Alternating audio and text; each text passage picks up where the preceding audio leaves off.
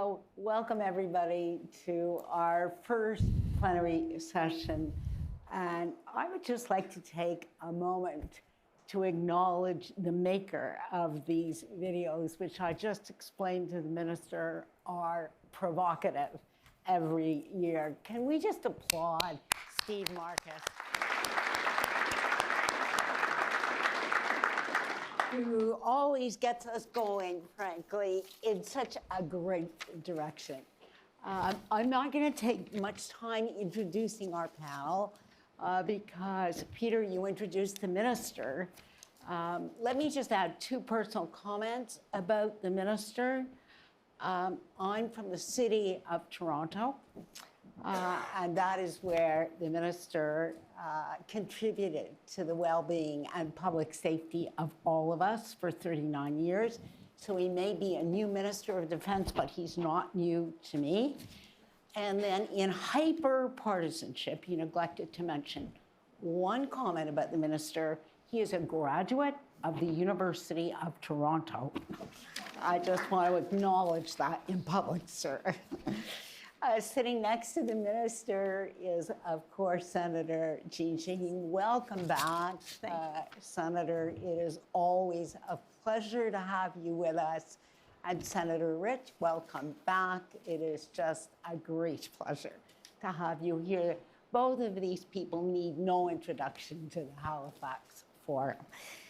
Last but not least is Oleksandra Matviichuk. And there's her biography in the materials, but when I met Oleksandra just before the panel started, I said to her, tell me a little about yourself. And she said, I am a human rights lawyer. What she neglected to mention is that the organization that she founded and currently heads received the Nobel Prize for Peace last year.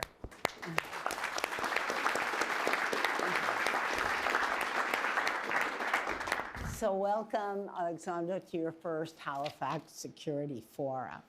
I'm going to start with you, Oleksandra, and ask the question that this panel puts on the table, and frankly, that the video puts on the table. Brendan Nelson earlier today at a lunch for the Women in Peace Fellowship said, and I think entirely correctly, we are in the midst of the most profound geopolitical transformation of the last 75 years. The picture of our institutions under strain, not fit for purpose in some ways for the challenges that we face, makes what is happening in Ukraine and the connection between the war in Ukraine, because that is really what the video argues and what you argued, Peter, the connection of how this war goes to so much else that is happening, to the other wars, to the nature of our institution, and to our capacity genuinely to provide security as we move forward. Oleksandra, why is this war so important, not only to Ukrainians, but to others as well? When large-scale invasion started, not just Putin, but also our partners thought that Ukraine had no chance to resist because Russia is so enormous opposing power. Russia was 11th economy in the world, had a much greater military potential and much bigger population. But soon it became obvious that people fighting for their freedom and their human dignity with support of international community are stronger than even the second army in the world. So my first thesis is we can win this war. And second, this victory is essential not just for Ukraine, because it's not just a war between two states. This is a war between two systems, authoritarianism and democracy. And with this war, Putin tried to convince the entire world that democracy and freedom are fake values because they couldn't protect anyone in the war. Putin tried to convince the entire world that country with a strong military potential and nuclear weapons can break international order, can dictate its rules to entire international community, and even forcibly change the internationally recognized borders. And if Putin succeeds, it will encourage others, authoritarian leaders in the world, to do the same. And that is why the good policy and support of Ukraine is the best policy towards China, Iran, and other authoritarian regimes in the world. And my second thesis is the world needs Ukrainian victory, because only spread of freedom make our world safer. Senator Risch, help us connect the dots across the set of issues that we've put on the agenda now between Ukraine, wars in the Middle East, a very troubling security situation in East Asia. Draw the threads for us. Yeah, you know, that is a good question of something that's been on my mind since this last forum a year ago, but it's been developing over a period of time. And that is that the connection between, the new name is the Crinks. I've always called them the no-goodniks. But this group of people that share common values, or lack of values, which are very different than the democracies, these people are coming together more. There's much more of a connection between them. We see an unabashed holding of hands by these people. Probably one of the poster children for that is every time that something happens, there's Ukrainian drones show up. Excuse me, not Ukrainian drones, Iranian drones show up that have been manufactured by the Iranians, who have figured they're cheap and they're a good way to wage war, and they always show up whenever we have troubles. So I think this is something that's going to continue. I think as we go on, more and more we as democracies are going to come together. We've been together quite well for since World War II, but I think the bad guys are going to come together. And they're unashamed of it. And so I think that is our challenge. These things are all connected. You know, what's going on in Israel right now, we keep talking about Hamas. Look, this is Iran. Whether it's Hamas, Hezbollah, or the Houthis, or any one of a dozen more of the groups that Iran funds and encourages, this is all Iran. If you took Iran out of the Middle East, the place would be a paradise. The people would vacation there. It would be a wonderful spot. But Iran is the problem. The Arab states, I think over the years, recent years, have decided they don't want to live like what they had been living like before, and they're trying to move forward. This attack was started, in my mind, I have no doubt, because everybody knew how close Saudi and Israel was getting to normalize relationships. Iran can't stand that. That is one of the final nails in the coffin for Iran, and I think that they pulled the trigger on this. Senator Shaheen, there's nobody with longer experience in the Senate, attuned, in a sense, across the aisle to the security challenges. What more should we be doing for Ukraine, and what more can we do for Ukraine as the war continues? Well, one of the next things we need to do in Congress is to get this supplemental bill of support through that funds, not only provides funding for Ukraine, but for Israel, for the Indo-Pacific, and addresses some issues that we have in the United States with our border. So that's the next step. I think it's very important. And, you know, one of the things that I think I agree with Jim and Oleksandra in terms of why this is such a critical case for us to make and why it's so important to U.S. national security. But one of the things that we also have to remember as we're looking at the courage of the Ukrainian people is what a difference the fight has made for some of the challenges that we have. So it's brought together a stronger NATO in ways that Putin never thought would happen as the result of this war. He thought he was going to fracture the Allies, and instead he's brought us closer together. It's degraded the Russian army in ways that nobody thought. Remember when the war started, everybody thought, well, Kyiv's going to fall in 72 hours. And here they are, they're still fighting. Nobody thought the Russian army could be taken down in that way. And it's opened up, first of all, a recognition of how important the Black Sea is for those grain shipments that are so important, as Cindy McCain will tell us, to not just Ukraine, but to the rest of the world that depends on that grain. And look at what's happening now in that region. The countries are coming together. They're bypassing Russia. Russia's ships are now out of Crimea, and because the Ukrainians have taken on the Russian fleet that's in Crimea, and the countries of the Black Sea region are coming together and opening new grain routes in ways that they weren't even thinking about before.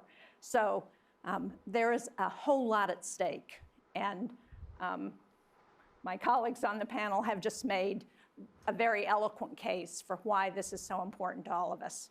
Senator Shaheen, one quick follow-up before I go to our minister. Are you optimistic that the supplemental will pass Congress within a reasonable time? Let's put it that way. I am. I think there's a lot of bipartisan support in Congress to get this done. And as we had the Estonian Prime Minister meeting with some of us earlier this week, Prime Minister Kallas, and we were talking about the challenges, and she said, well, we have to remind people that democracy is messy. It's not like we've got Vladimir Putin who can say, I'm going to fund this at this level, and you guys can't say anything about it, or President Xi, or the Iranians. This is a democracy, and people have to be heard. They have to talk about their concerns. They have to be addressed. But I'm confident that in the end, we're going to get this done, because failure is not an option. We cannot let Vladimir Putin and the crinks, or what'd you call them? The no-goodniks. The no-goodniks. No-goodniks. We cannot let them win. And if Russia is successful, if Hamas is successful, they win. So we've got to make sure that we get this done, and we've got to continue to keep together the transatlantic alliance and the allies who are fighting so hard. On a bipartisan supporting basis. this, yes, on a bipartisan basis. I want to agree with my colleague. I have every confidence we're going to get this done. And things don't happen instantly in a free democratic society. You debate it, and then you get to the vote and what have you. One of the questions you asked, or supposed to be asked, I guess, on the panel is what more can we do for Ukraine? In a very simple answer, I'd say probably the strongest weapon we have today is talk and rhetoric.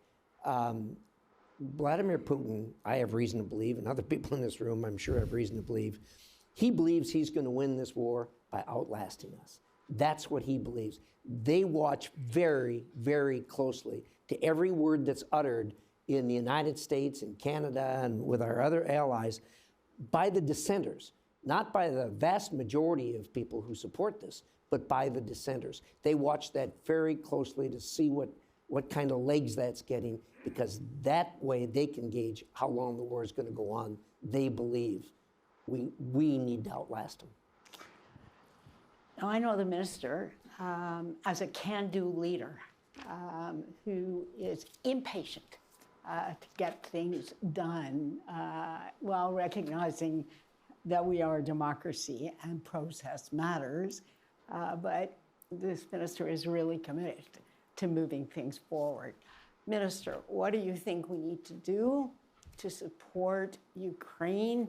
What more do we need to do, and what can we get done, both in Canada, but as an alliance? Well, thank you, Janice. And allow me just to share a little bit of frustration. One of the things I think we thought, hopefully, that because the war in Ukraine went on for a long time, and I think that we had hoped that this was going to degrade Russia's ability to make war, and perhaps that would assist us in other theaters in the Baltics, in other areas regions of concern.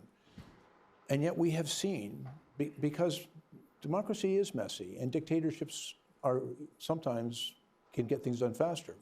And what we have seen, a very significant reconstitution of Russia's ability to build both armor and munitions at an accelerated pace. And what we're also seeing across our alliance, because we are democracies and we have bilateral discussion and open debate about things, but we have not been as agile and not been as quick in responding to an overwhelming and obvious need, for example, for artillery munitions and for armor. And I've had the privilege of being in the room with President Zelensky and with Minister Umrov and with all of our colleagues in a table that's led by Secretary Austin, the Ukraine Defense Contact Group. The commitment around that table is unwavering. It's really remarkable. It's inspiring. And everybody is, like, in many cases, our backs are a bit to the wall at home and we're being pushed. But everybody recognizes that the support for Ukraine is essential and that we can't afford to let Ukraine lose. And we've got to be there to support them. But one of the things that I think we need to discuss as well, because I've heard it very clearly from the Ukrainians, and it's really important to listen to them. They're the ones on the front line. They're the ones fighting this war. And they've said they're always grateful for any support that we can provide. But they need to be able to plan, and they need predictability of that funding.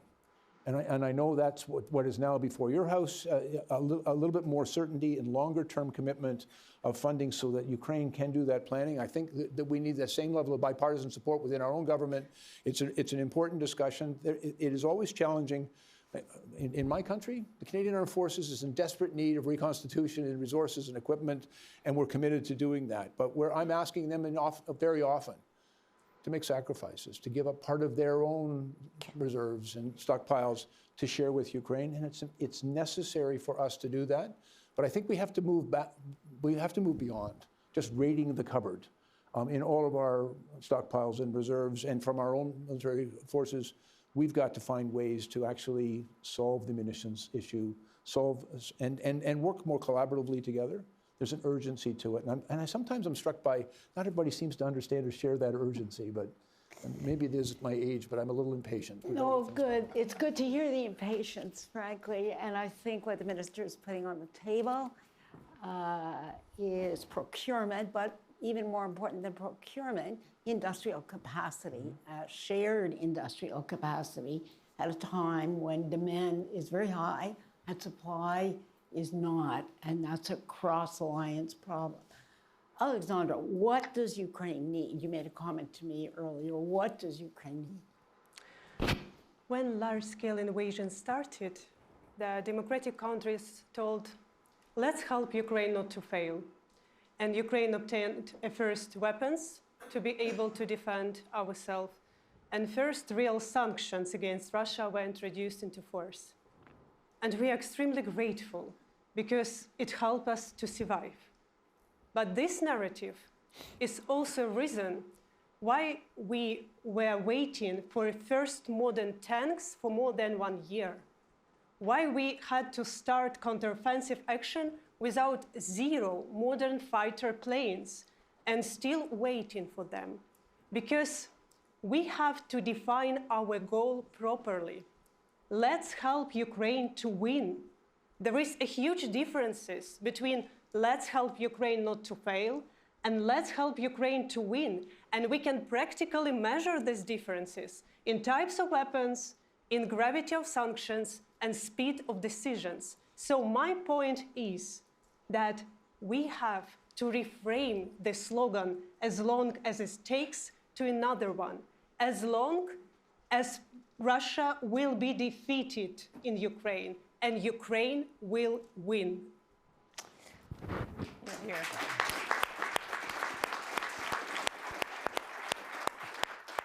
Senator Risch, ministers put on the table longer-term planning because training takes time. Standing up manufacturing capacity takes time in an alliance. Lay out the agenda. Sure. lay out the agenda. I'm going to come to Senator Shaheen. Yeah, with a question. first of all, that's a very legitimate, I think, criticism of all of us about where we are on our military-industrial base, and the fact that it really has deteriorated to a degree. Supply chain's the new thing to talk about. COVID started it.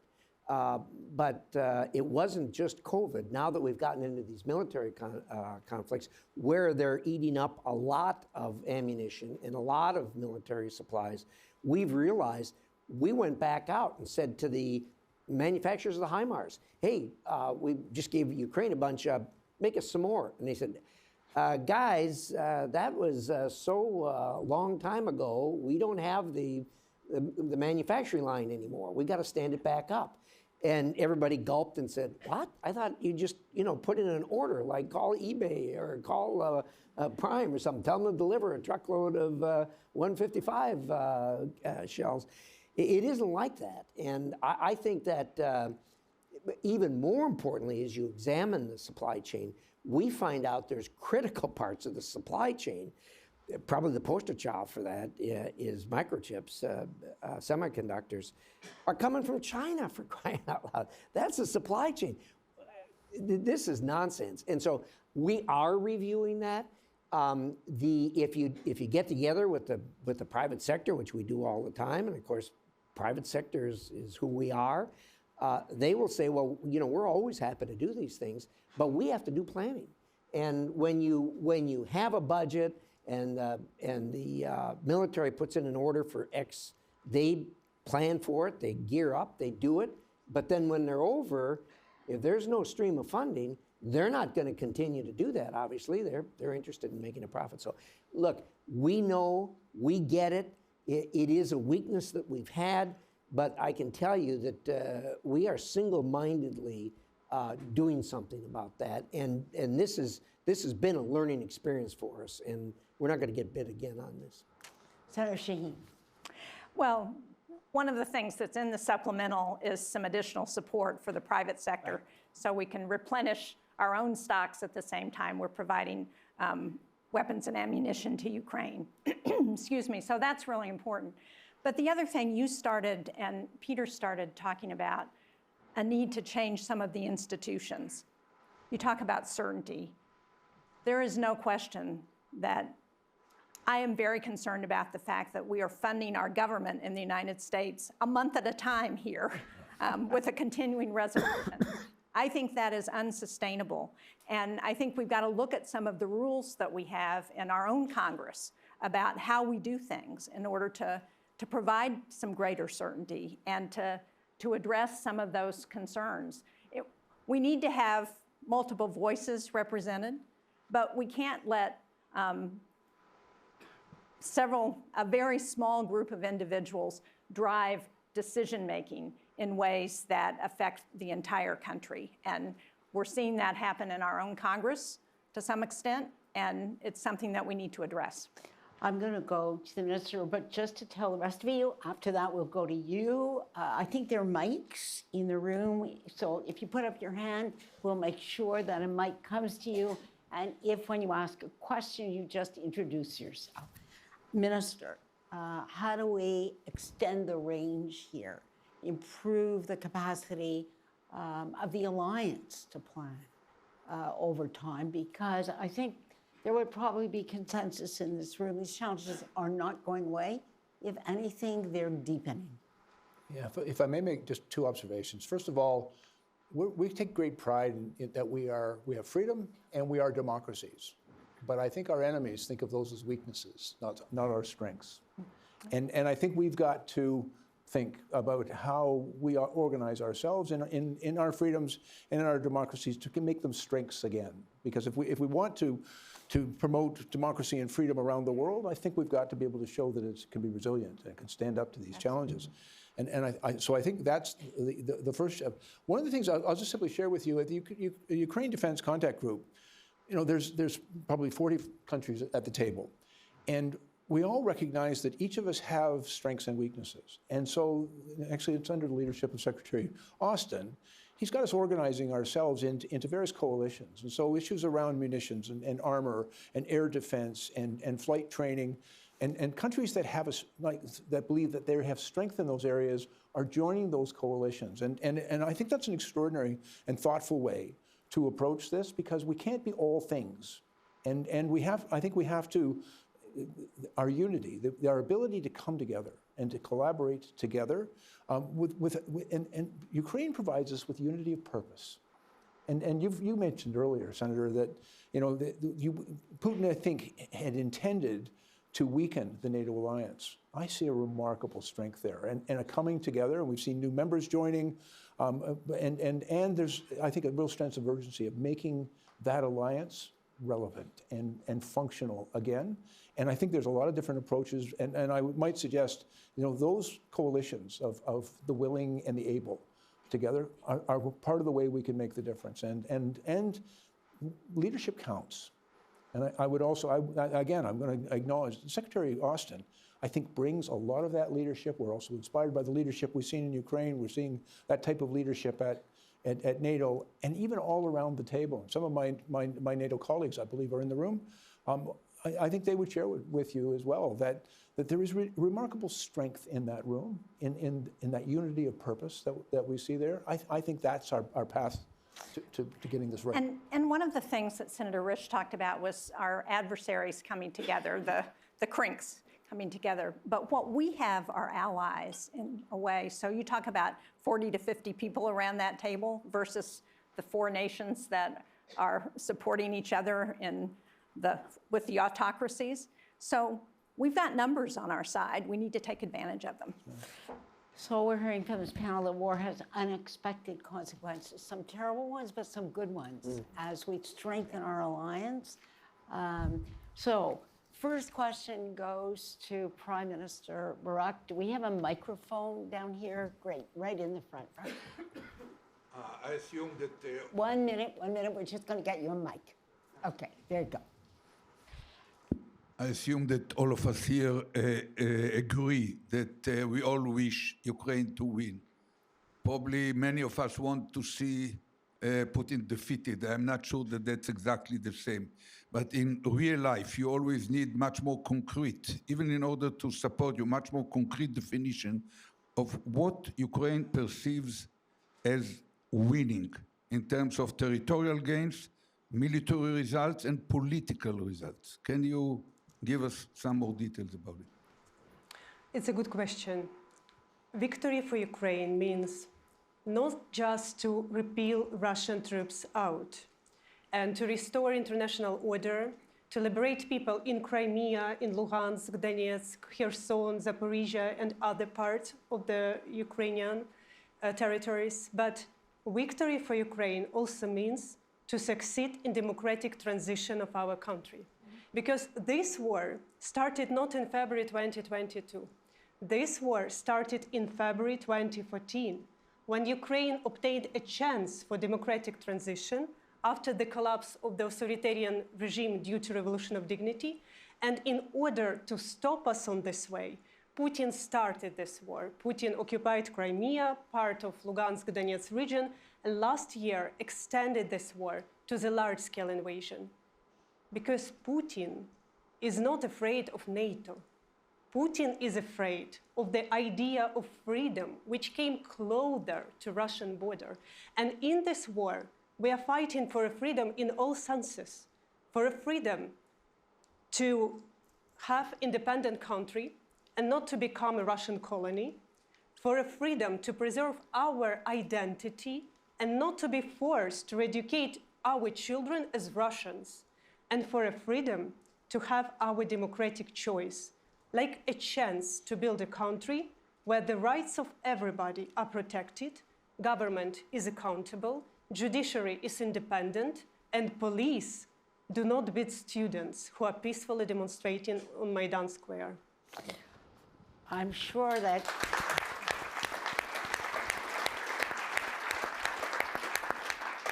as Oleksandra finished her comments, I was thinking to myself, John McCain would just have loved to hear what you just said, Oleksandra. There's so many questions. Let's go to the back of the room, right there. That's great. Hi, Dixon Osborne, Executive Director of the Institute for Strategic Dialogue in the United States. And Janice, one of the threads that I think connects Russia, China, Iran, and I'd say also non-state actors and domestic extremists is the information environment. Now, we have seen information campaigns where Russia accused Ukraine of sending arms to Hamas. We've seen domestic extremists in the United States posting the electric grid of Israel online and calling for the taking down of the critical infrastructure in Israel. Information operations. So the question is? Yeah, information operations is nothing new, but it's increasing and escalating. And the question is, what can we do?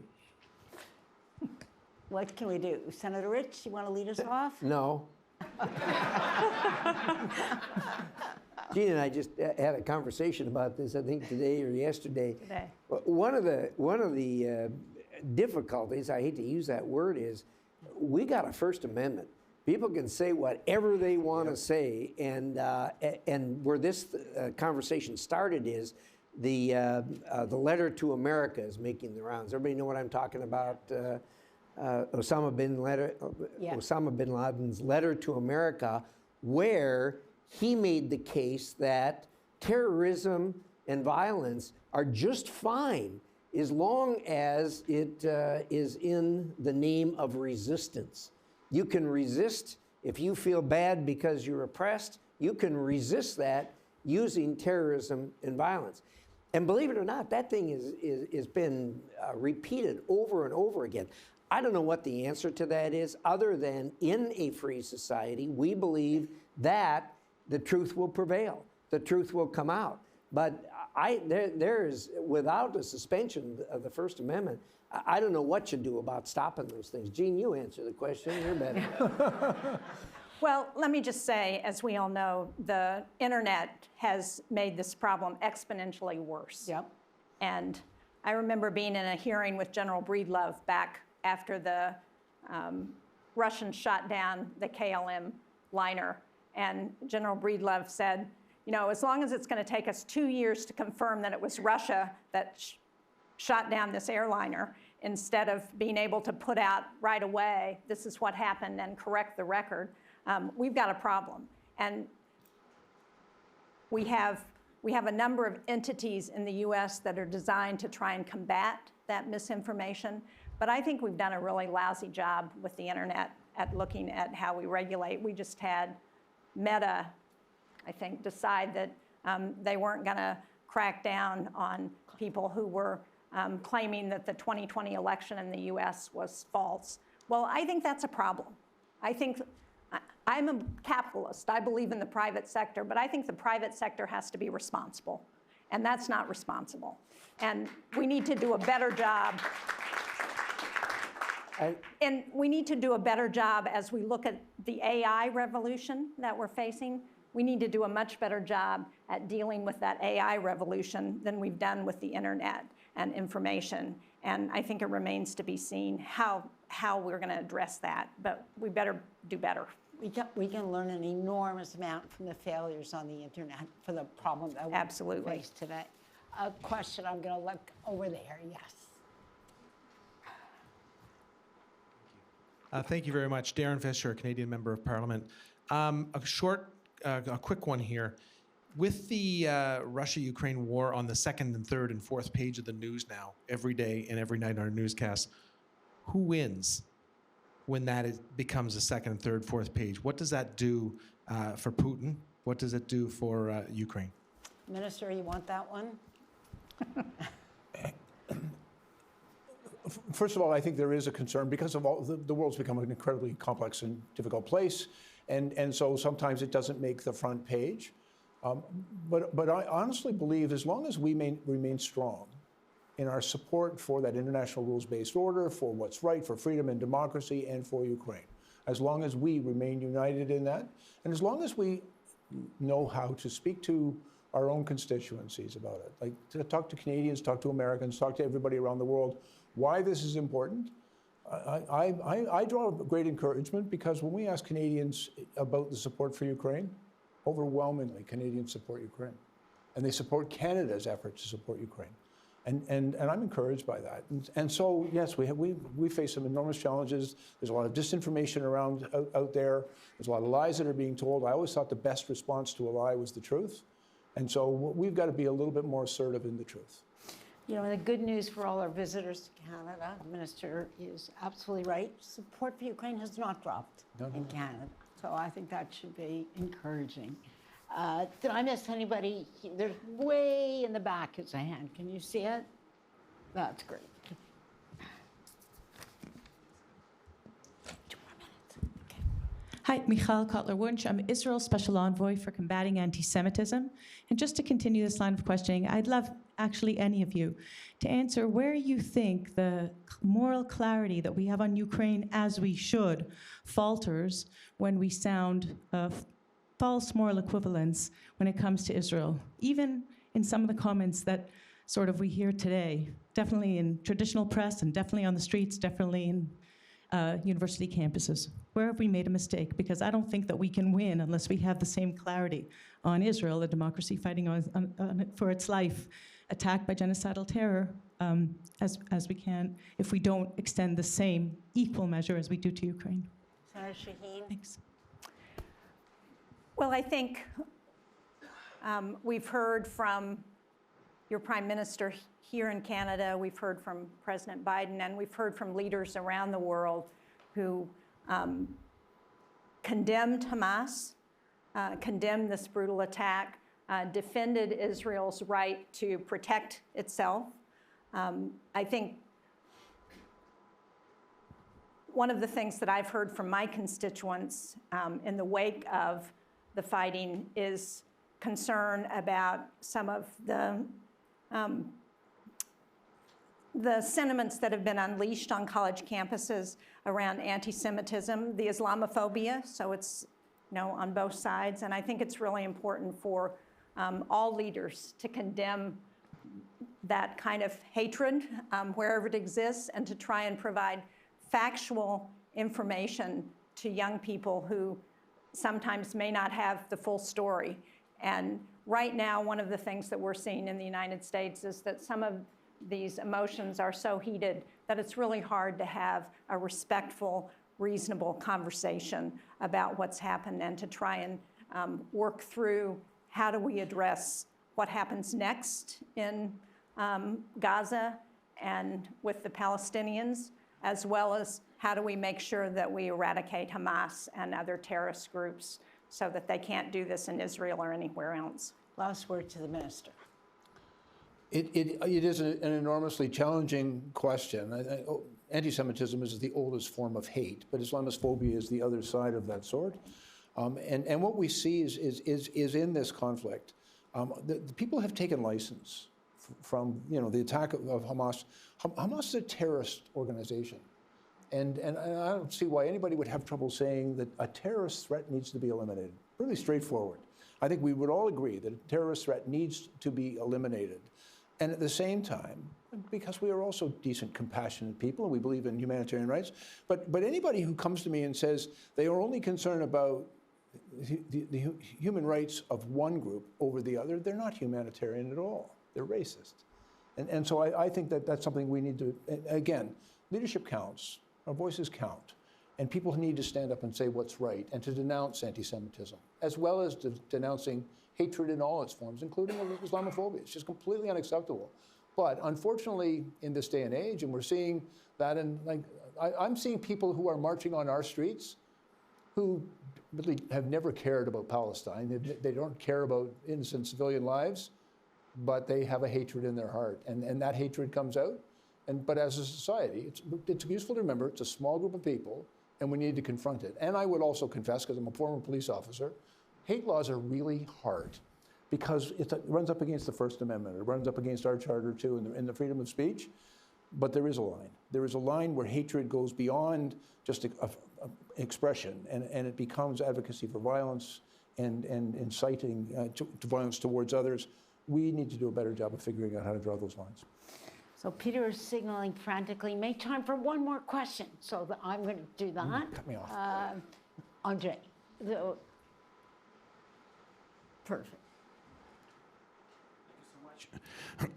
Andriy Shevchenko just completed my work with the Ministry of Defense of Ukraine, and now I'm with the Ukrainian World Congress as head of its mission to Ukraine. My question is to the senators representing our most important ally, and thank you for this lifeline of support. It's about NATO and Ukraine. After Vilnius, many of us had feeling that we could go further. And I think we found America in a very unusual role when our closest ally was one of those most reluctant in the room to go farther and faster. Why do you think we got that feeling, and what can we realistically do before the Washington NATO summit? Thank you. You know, I think a lot of us believe that NATO ultimately needs to be, that Ukraine ultimately needs to be a member of NATO. But as you know, NATO, there are a couple of issues here. I think one is Article 5. And if Ukraine joined NATO now, it would invoke Article 5, which I think is a real question for a lot of us about whether now is the appropriate time. But NATO is also an alliance of values. And we share the same values, but we also need to get to some of the reforms that are currently underway. Oleksandra talked about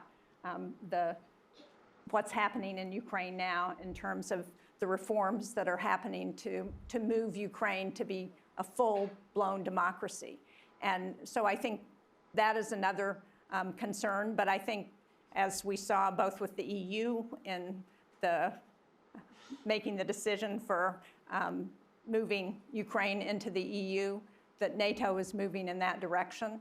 And once we get past the war, there will be an opportunity for Ukraine to join NATO. Last word, Senator Risch. Now. Well, let me tell you why you got that feeling is because I wasn't in the room. I got a different view of it than some in the administration do. But look, there is a practical reason why you can't come in now with a hot war going on, and even President Zelensky himself, in discussions I've had with him, he acknowledges that you can't do this while the war is going on.